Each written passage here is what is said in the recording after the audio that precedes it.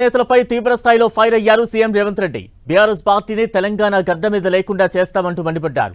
కుళ్ళు కుతంత్రాలతో రాజకీయం చేస్తున్న కేసీఆర్ కుటుంబాన్ని తెలంగాణ ప్రజలు బొందపెట్టాలన్నారు. బీజేపీలో చేరికపై హరీష్ రావు భద్రాద్రి రాముడి సాక్షిగా ప్రమాణం చేసి చెప్పాలని డిమాండ్ చేశారు.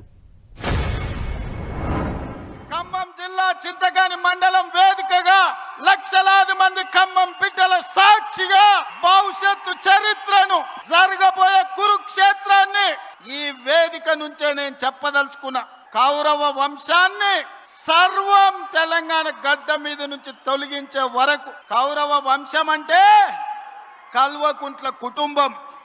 ఈ కల్వకుంట్ల కుటుంబాన్ని తెలంగాణ గడ్డ మీద రాజకీయ ముఖ చిత్రం నుంచి పాతాళానికి తొక్కే వరకు కాంగ్రెస్ పార్టీ కార్యకర్తలు విశ్రమించరు, ఒక్క క్షణము రెస్ట్ తీసుకోరు అని నేను మాట ఇస్తున్నా. రాబోయే ఎన్నికలు 2029 డిసెంబర్లో జరగవు, 2028 డిసెంబర్లో జరగవు, 2029 మే జూన్ మాసంలో మన శాసనసభ ఎన్నికలు జరుగుతాయి. 119 ఉన్న శాసనసభ నియోజకవర్గాలు 182కు పెరుగుతాయి. ఈ రోజు చెప్తున్నా, 182 శాసనసభ నియోజకవర్గాలలో 117 సీట్ల పైన గెలిచి 117 అంటే 117 శాసన సభ్యులను గెలిపించుకొని రెండవసారి తెలంగాణ రాష్ట్రంలో ప్రజాపాలనను కాంగ్రెస్ ప్రభుత్వాన్ని గెలిపిస్తాం. భద్రాచలం రాముడు మీద ఆనా. ఇది ఖమ్మం కాంగ్రెస్ కార్యకర్తల మాట.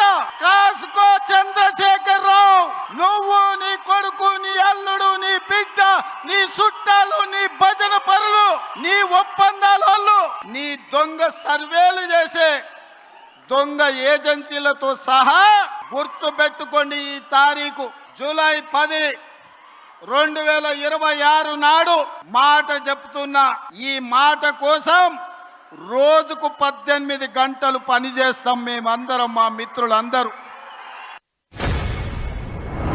ఆనాడు ఎన్నికల్లో దుర్మార్గులు విష ప్రచారం, తప్పుడు ప్రచారం, కాంగ్రెస్ వస్తే కరెంటు ఉండదన్నారు. ఇవాళ కల్వకుంట్లలో నేను అడుగుతున్నా, కరెంటు వైరు పట్టుకో, కాకిలాక మాడి మసైపోతావా లేదా నేను చూస్తా. అది రాత్రైనా పొద్దునైనా ఎప్పుడైనా ఉచిత కరెంటు మా పేటెంట్. అట్లనే ఉచిత కరెంటు గురించి ఈరోజు కేసీఆర్ వాళ్ళ బంట్రోతులు వచ్చి మనకానే చెప్పేది.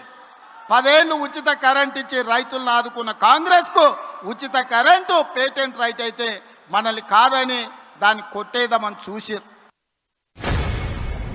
ఉల్లు కుతంత్రాలు, కుట్రలు, తప్పుడు ప్రచారాలు, ఇంట్లోనే పోటాపోటీ, ఒకని మీద ఒకనికి నమ్మకం లేదు. వాడిని చూస్తే వీడు, వీడిని చూస్తే వాడిని నమ్మడు. వాడో గుంపు, వీడో గుంపు. ఈ గుంపులలో గిల్లి కజ్జాలు. మన కన్నెపల్లి కోయిండు, మేడిగడ్డల నీళ్లు నింపండి, కన్నెపల్లి ఎత్తండి. అరే బుర్రత కూడా, ఒకవేళ మేడిగడ్డల గేట్లు దించి నీళ్లు నిలబెడితే మేడిగడ్డ ఇప్పటికే కుంగిపోయింది. రేపు తెగిపోతే భద్రాచలం రాముడే ఉండర్రా, 44 ఊర్లు ఖమ్మం జిల్లాలో కొట్టుకోపోతే దుర్మార్గుడా. నీ లుచ్చ రాజకీయాల కోసం మేడిగడ్డ నింపాలి, భద్రాచలం కొట్టుకుపోయేటట్టు చెయ్యాలా అని అడిగితే నోట్లో మాట లేదు.